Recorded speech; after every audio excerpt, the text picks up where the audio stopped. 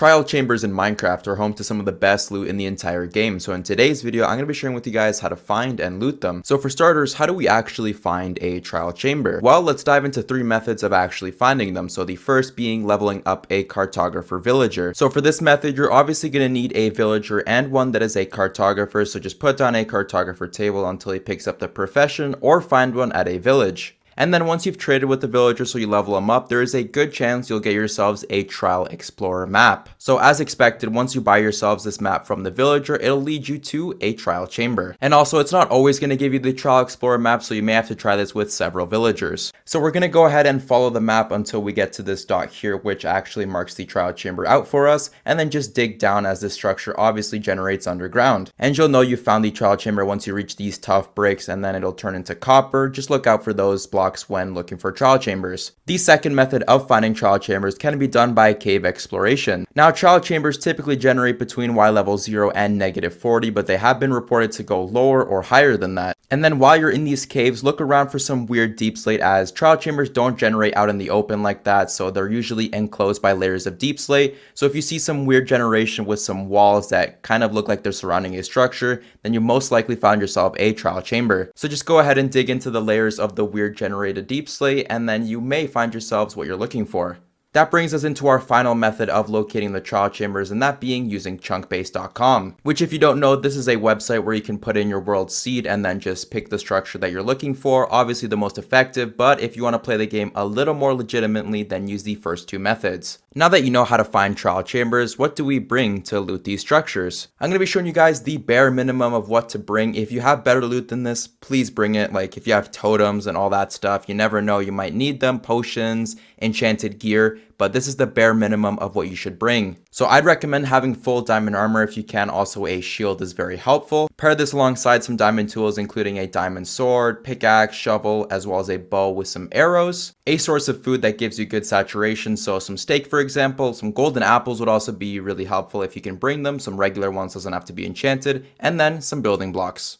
Now that you're all set to start looting the trial chamber, let's actually look at the different areas where loot can spawn. The most common areas that contain loot in the trial chambers are within these barrels here. They can vary from items such as golden apples, ender pearls for example, this iron axe here, bamboo, just a bunch of random stuff in the game. As well, you'll find a lot of these decorative pots here, and by breaking them, you have a good chance of getting better loot than the barrels. So like emeralds, I even got a diamond block there, which is actually pretty helpful. Chests can also spawn in the trial chambers, which contain similar loot to the barrels, but what we're really looking for here is the vaults. Now this is what the normal vault looks like. It kind of glows up with orange when you walk up to it. And to actually get the items that you see filtering inside, if I try to break it with a pickaxe or punch it with my fist, nothing happens because I need a trial key. Now here's the second type of vault found within the trial chambers, which is called a ominous vault. As you can expect, you also need a key to open this, but it's not a regular trial key. Instead, it's a ominous trial key. Now that brings the question, how do we get these keys to open the vaults? Well, that's where the trial spawners come into play, which are scattered across the trial chambers. Now these trial spawners will spawn a wave of monsters for you to fight. You can even activate multiple at once, so just be careful with that. And you can get different mobs such as skeletons, spiders, zombies, and the breeze mob of course, which is only found in the trial chambers. So once we've killed all the monsters that the trial spawner spawned, we will get a reward that comes out of the spawner. In this case, we got a piece of bread, so kind of a bruh moment. But no worries, as there's many of the trial spawners that are inside the trial chambers, so we'll just try our luck again by killing these skeletons, and now you'll see we've actually got ourselves a trial key. Once you've gotten yourself a trial key, you can go ahead and use it on one of the normal vaults. So we're going to go ahead and use it here, and you can get a variety of different items. So let's see what we get. We got the Precipice music disc, which can only be found in the trial chambers, some iron ingots, some wind charges, as well as some arrows. Now you guys should also know this, trial spawners can be farmed every 30 minutes. So in 30 minutes real time, you can go ahead and fight another wave of monsters. So if you want, you can basically just farm one of the trial chambers until you get a bunch of keys, and then just use them on all the vaults and then go to another trial chamber. The vaults, however, can only be looted once per player, but if you're playing multiplayer, you can bring your buddies over and they can all loot the same vault once.